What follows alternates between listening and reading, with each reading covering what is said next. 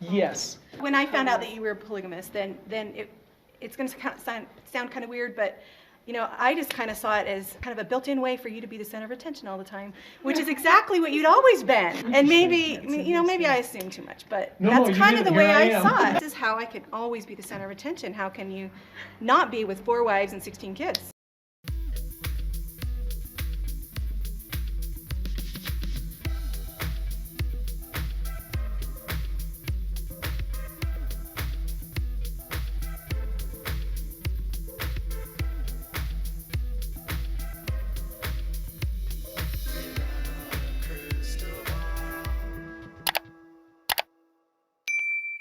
Hey everyone, it's Katie from Without a Crystal Ball. Welcome back to my channel. It is Friday, May 5th, 2023, and I hope you're having a wonderful day.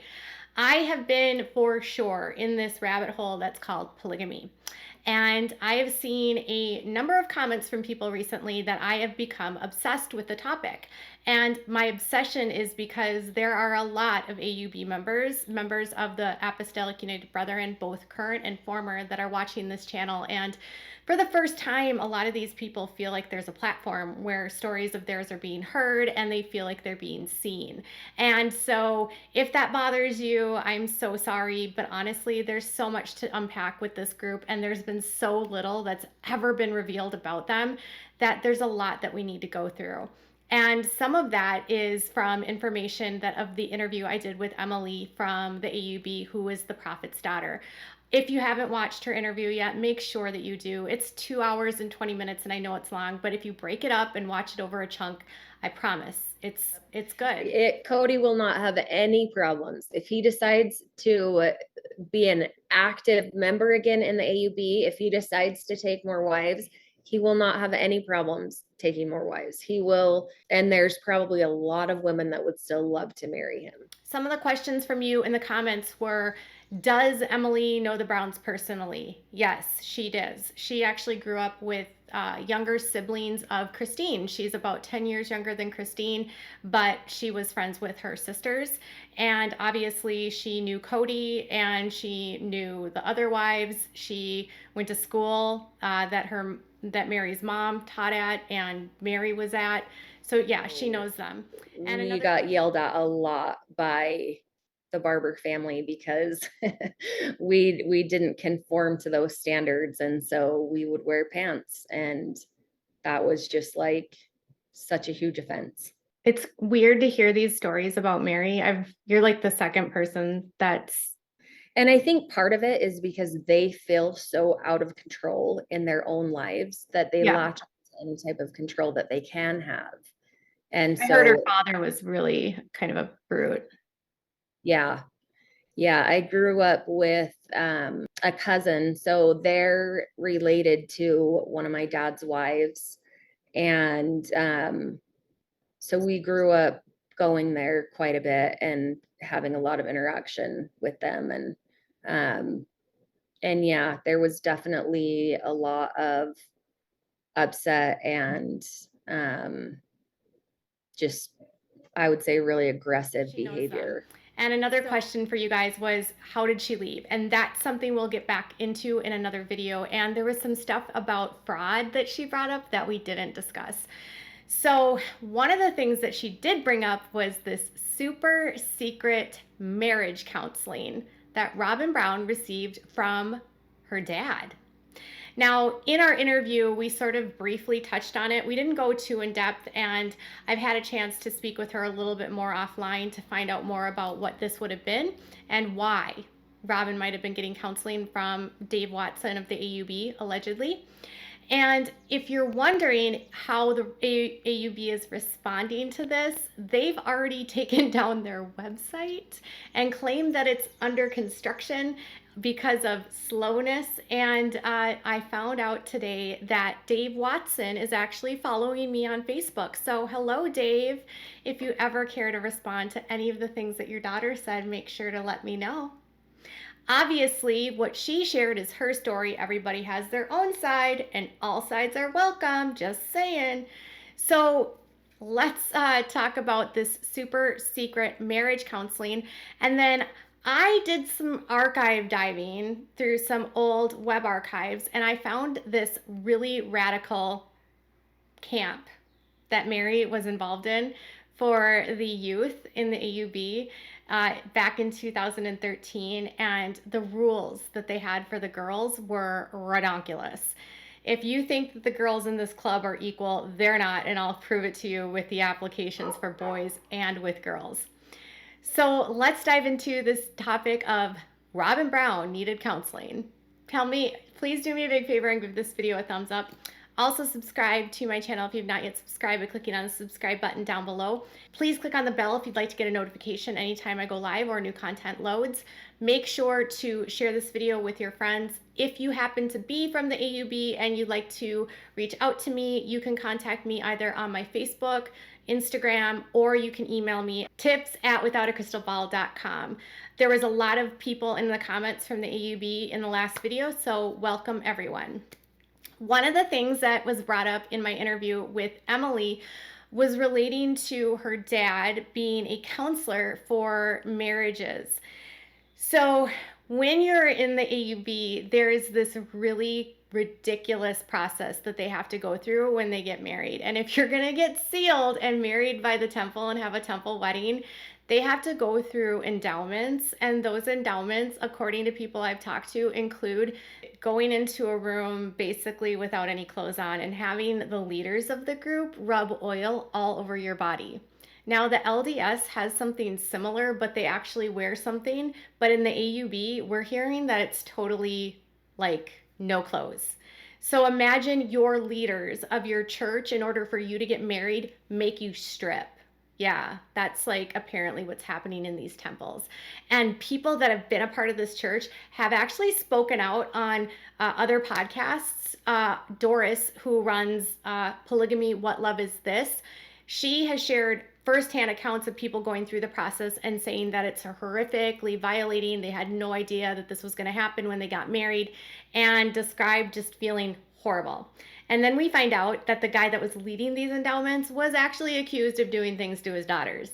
Yeah, that's name. His name was Joseph Thompson. And he happens to be Mitch Thompson, or Miss Aspen's husband's grandfather.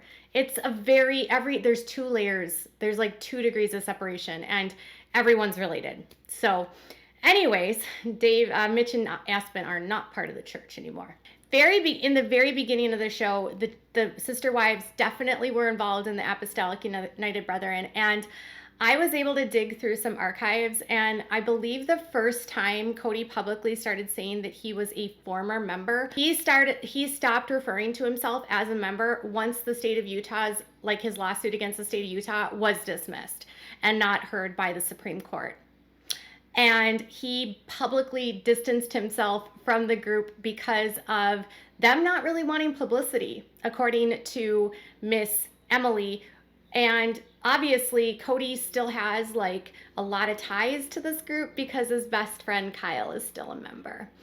So back in the early days of her marriage, Robyn was getting counseling from Dave Watson. Dave Watson, actually, before Dave was the prophet, he was the spokesperson for the AUB. And Dave actually was the spokesperson when Rosemary Williams came out and accused the prophet Lynn Thompson of essaying her as a child. Lynn was the prophet before Mr. Dave. There's been a lot of really sketchy prophets in this group. Anyways, Dave was the spokesperson, and they were doing an internal investigation into the allegations against Lynn. That actually led to a huge split in the church, and part of like Pinesdale completely split off and became the second ward. And today, like, the fractures in this church have never recovered, and they continue to fracture further.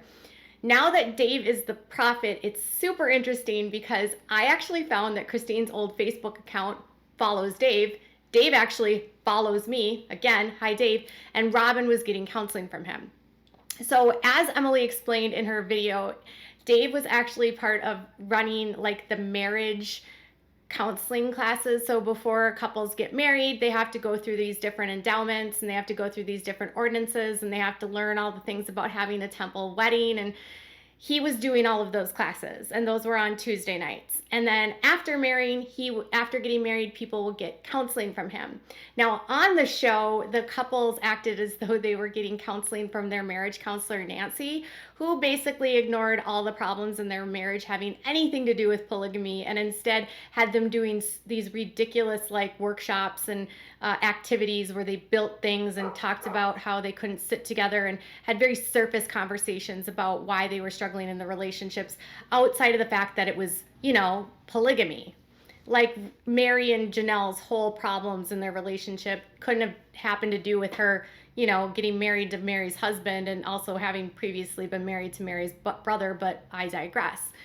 Anyways, when Robyn and Kody got married, Emily was saying that Robyn was struggling allegedly with integrating into the family.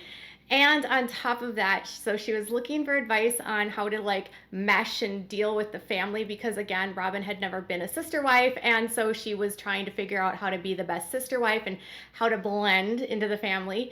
So there was definitely problems right from the beginning. And then on top of that, apparently the sister wives were maybe allegedly getting coached by Dave, who happened to be the public spokesperson for the AUB, on, you know, what are the things that you should say on the show and what shouldn't you say, and how do you speak. And some of the other keen interests that Dave would have been that they were trying to get the laws decriminalized in the state of Utah. And they eventually succeeded in getting those laws decriminalized, and now just having a polygamous marriage in the state of Utah is an infraction. It's a misdemeanor. It's basically a fine that they have to pay.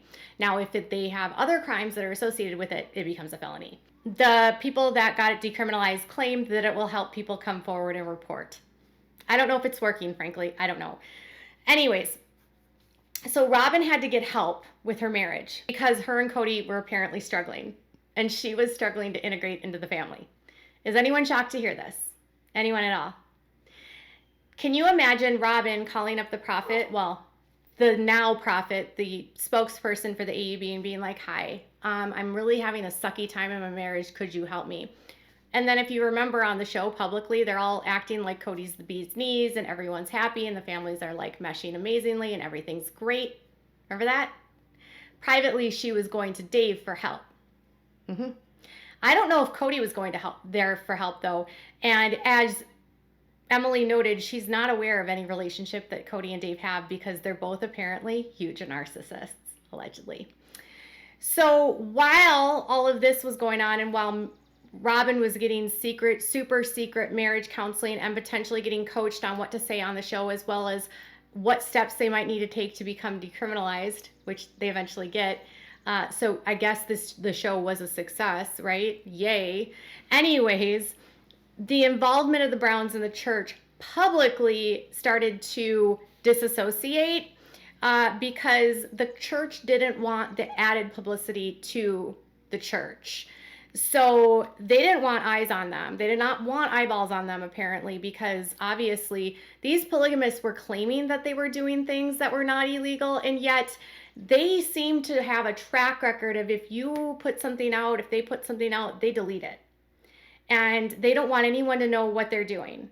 And it's not even a crime, it's an infraction now, and they're still going through and deleting everything. Which makes me like, why are you deleting everything? If you have nothing to hide, what's there to delete? These precious sisters are the treasure of another man. And he gives that treasure to you to protect. But it's upon correct principle. And when you go in the back door to steal another man's treasure, that is so improper. There are the right ways to do this. That's what this is about. We need to go through the right channels. And when you receive that treasure, and not just pieces of it here and there, the value of it. So go through the right channels. Prepare yourself to go through the right channels. Ladies, the modern society has taught us to fight for equality, when it used to be that we held women on a pedestal and we honored them. We honored you. And nowadays, it's not that. We've talked about this kind of before. We fight for equality, and now ladies can sit with men in deplorable situations, and you'd never be there. You'd never find yourself there before. That is a misrepresentation of truth. Could it have been grooming little girls? Could it be like you're trying to control everyone? Could it be that? I don't know. Anyways, so Robyn has a close relationship to the prophet, And that's why Emily thinks that Kody and Robyn could end up going back to the church, and Kody could end up getting new wives from the brethren. I know, a lot of you don't believe that.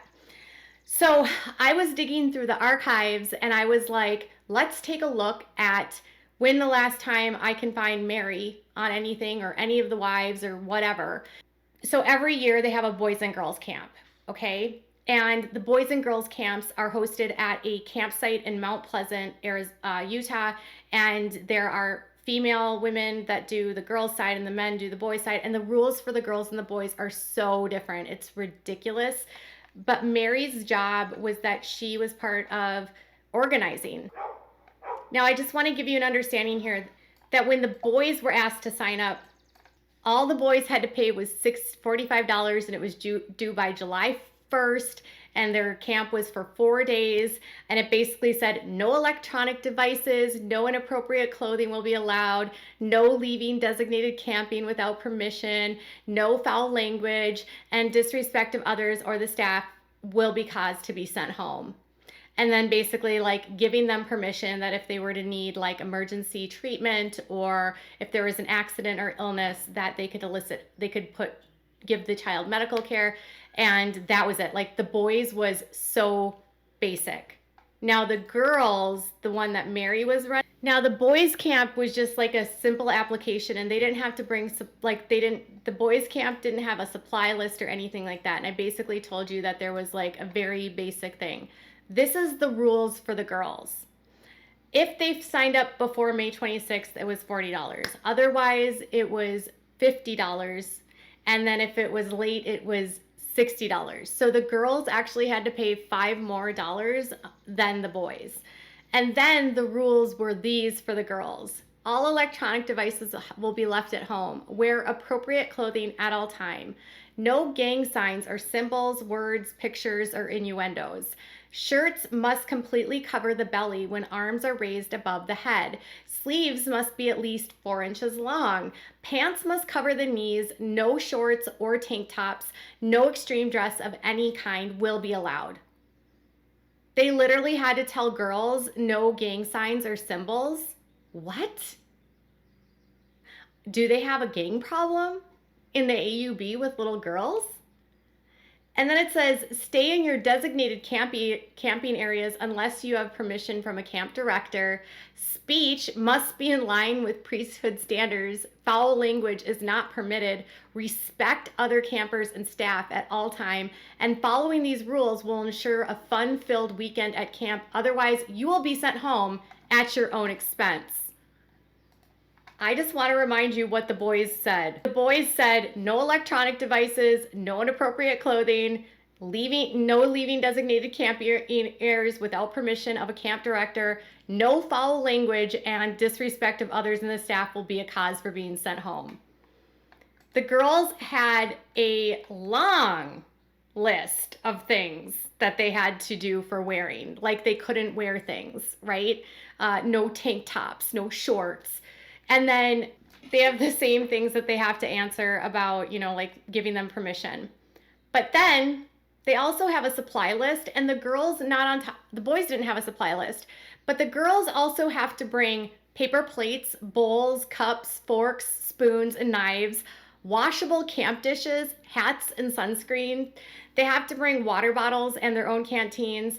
And when it comes to their swimwear, this is what Meri and her friends were making the girls wear. Dark t-shirts and long shorts over a one-piece swimming suit. Shorts no shorter than 3 inches above the knee. So they had to wear long shorts over a one-piece swimsuit and a dark shirt. They couldn't have bare feet. They had to have water shoes. They had to have, modest shirts. They had to bring their own sack lunches. But it's weird that you would go to a camp and they're telling you that you need to bring your own paper plates, bowls, cups, forks, spoons, knives, and washable camp dishes. It's like the camp doesn't even have the time or the effort to do any of that for the girls. And the boys didn't have this list. It's ridiculous. And it says, please leave electronic devices at home. This includes cell phones and iPods. If you happen to bring it, we will gladly keep it safe for you until the end of camp. Bring a great attitude and label all of your things. Note, no one will enter the lake without a life vest, and we're so glad you're coming to camp this year. And that was in 2013. And Miss Meri Brown was listed as one of the parents or one of the adults that was arranging this. And I double checked the phone number and it was Meri in Las Vegas. So Meri was one of the people. So the girls were like, your body is shame. Boys are just told not to wear inappropriate clothes. Girls are like, you have to cover up. You need to wear a dark shirt. You can't wear shorts. You can't wear tank tops. You can only wear shorts when you're actually going in the water. You can't wear tank tops. You have to wear really long shorts. You have to wear pants. And by the way, bring your own cups and knives and spoons and forks. What? I've never been to a camp like that. Anyways, Meri Brown was enforcing the rules for the dress code back in 2013, which is totally in line with what Emily was sharing with me, that Meri Brown was very strict about what kids wore to school as a child and was kind of mean to people if they showed up not wearing dresses, and made sure to let them know that they were not allowed to be there without wearing proper attire. One of the things that I've heard really unfortunately about Meri is that her father was not the nicest of guys, and that this family has a lot of issues with control, and the girls are also very controlling, very bossy, and kind of bullies. So I think that Meri just grew up in a hard life with a hard dad, and maybe Meri has stories similar to what Emily experienced with the DV in the home. It's sad. And Meri seems to be one of those people that just liked to follow the rules, and it's only fitting that, you know, on the show, the sister wives' daughters couldn't even follow these rules. But over at the camp, she's demanding the girls do these things. But then on the show, McKelty's wearing stuff and all the kids just dress like whatever. It's just such hypocrisy, because privately they're not even doing what they're supposed to be doing. And on top of that, I found a picture of McKelty at an event called Robyns Marriage back in 2014. And Kody, again, referring to himself as not a part of the church as far back as 2018. So again, I have a lot more to come up. I've been going through treasure troves of like audio and video and so much. So I just want to let all you guys at the AUB know that you can delete things from your website, but I already downloaded everything. Your followers or your old members have downloaded stuff, and you might delete things, but Web Archives also hosts a lot of this information, just so you know. And then on top of that, you can't stop the flow of information, because members and former members are finally feeling encouraged and emboldened to speak out, and they want accountability, and I'm just going to help share their truth. All right, tell me what your thoughts are in the comments below.